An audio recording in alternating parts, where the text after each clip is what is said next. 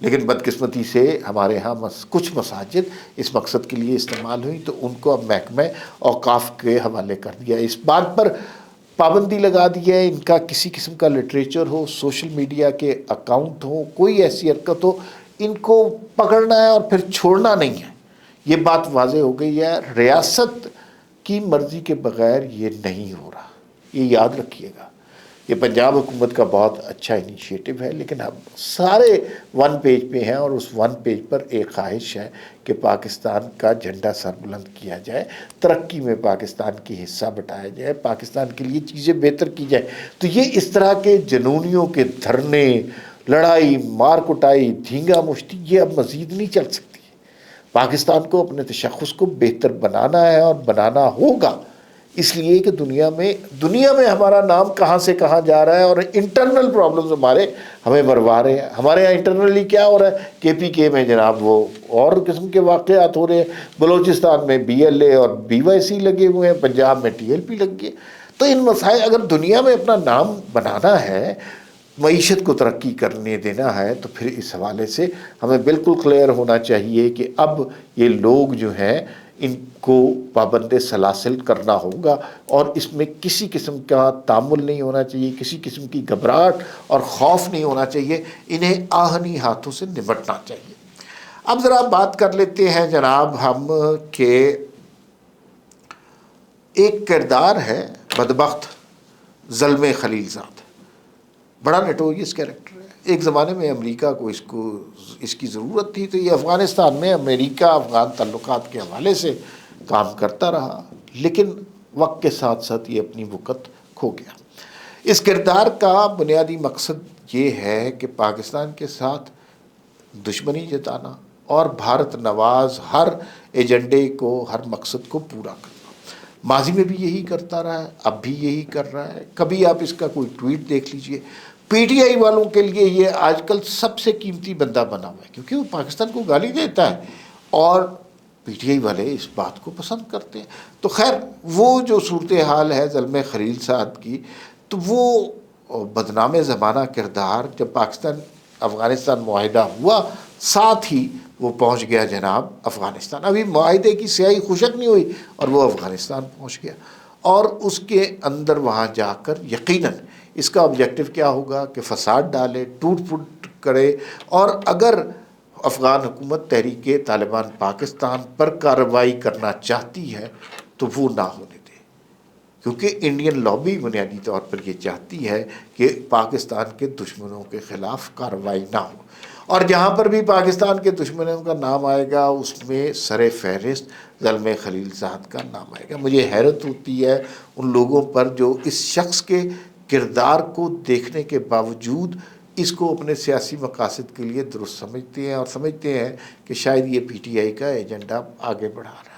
تو یہ اس کا جو افغانستان آنا ہے یہ خطرے کی بات ہے. پاکستان کو محتاط رہنا چاہیے. یہ خبیث شخص ہے اور اس سے پاکستان کو نقصان پہنچنے کا یقیناً اندیشہ ہے. اس کی افغانستان میں اس وقت موجودگی بہرحال صورتحال کو خراب کرنے کی ایک کوشش ضرور ہو سکتی ہے. کتنا یہ کامیاب ہوتا ہے یا نہیں، لیکن بہرحال یہ اس کا وہاں جانا زومانی ہے اور خدشے کی اور خطرے کی بات ہے. اب سہیل آفریدی صاحب کے بارے میں بات کر لیتے ہیں. سہیل آفریدی صاحب بڑے دبنگ طریقے سے آئے تھے. انہوں نے کہا کہ میں انقلاب لاؤں گا اور عشق عمران میں مبتلا ہوں. اب عشق عمران کی صورتحال یہ ہے کہ کوئی 7واں دن ہے، وہ عمران خان سے ملنے کے لیے جاتے ہیں، ملاقات نہیں ہوتی. تو عشق عمران تو کہیں اور پڑا. چھوٹا سا دھرنا بھی انہوں نے کیا، لیکن وہ چھوٹا سا دھرنا تھوڑی دیر بعد ختم ہو گیا جب ملاقات نہیں ہوئی. سہیل آفریدی صاحب نے جو کام کیے ہیں 4-5 ان کے بارے میں بات کر لیتے ہیں. پہلا کام انہوں نے کیا، وزیر اعظم نے ان تمام وزرائے اعلیٰ کو بلایا ایک میٹنگ کے لیے، وہ نہیں گئے. دوسری بات یہ ہے کہ گاڑیاں وفاق نے انہیں دینے کی کوشش کی، وہ ایکسیپٹ نہیں کی. بلوچستان سے مہمان گئے، بلوچستان ورکشاپ سے مہمان گئے، انہیں ملنے کا ٹائم نہیں ہے. فیلڈ مارشل ان کو 5 گھنٹے ملتا ہے، ان کو ملنے کا ٹائم نہیں ہے اور ان کو تھیلیوں میں کھانا دے دیا. یہ بلوچستان کے پی کے کی روایت کے خلاف ہے. مہمان آئے ہو آپ جان بھی قربان کر دیتے ہیں، لیکن ایسا نہیں کیا گیا. اور ابھی تک کابینہ نہیں اناؤنس کی گئی کہ بانی سے ملے. اچھا تو اگر 6 مہینے نہ ملے تو صوبہ اسی طرح چلے گا. تو سہیل آفریدی صاحب تو کوئی عقل مندی کا مظاہرہ نہیں کر رہے. اب نومبر میں انہوں نے دھرنے کا بھی اعلان کیا اور انقلاب لانے کا بھی پلان کیا، لیکن میرا نہیں خیال وہ کامیاب ہوگا. ابھی تک کی ان کی کارکردگی کافی مایوس کن ہے. وہ ٹاکی سے عمران خان کی تصویر تو صاف کر سکتے ہیں، صاف ستھرا پنجاب کی طرح صاف ستھرا کے پی کے نہیں بنا سکتے. آخر میں بات کرتے ہیں کے پی کے میں ایک متوقع تبدیلی کی. سنا ہے گورنر صاحب چینج ہو رہے ہیں. فیصل کریم کی کنڈی کی جگہ آفتاب شیرپاؤ کو لگایا جا رہا ہے. اس میں فیصل کریم کنڈی کی کوئی نااہلی نہیں ہے. آفتاب شیرپاؤ کے حوالے سے بات یہ پاکستان افغانستان سے جو معاملات طے کر رہا ہے اس کے اندر ملٹی پرانگ اسٹریٹجی ہے. ایک تو یہ ہے کہ دہشت گردی کی کارروائی ہوگی، انہیں وہاں جا کر ماریں گے. دوسری بات اس میں یہ امپورٹنٹ ہے کہ جو علاقائی قبائلی سطح پر اگر کوئی جرگے کا اہتمام کرنا ہے، گفت و شنید سے بات کرنی ہے، وہ بھی ایک اسٹریٹجی چلنی چاہیے.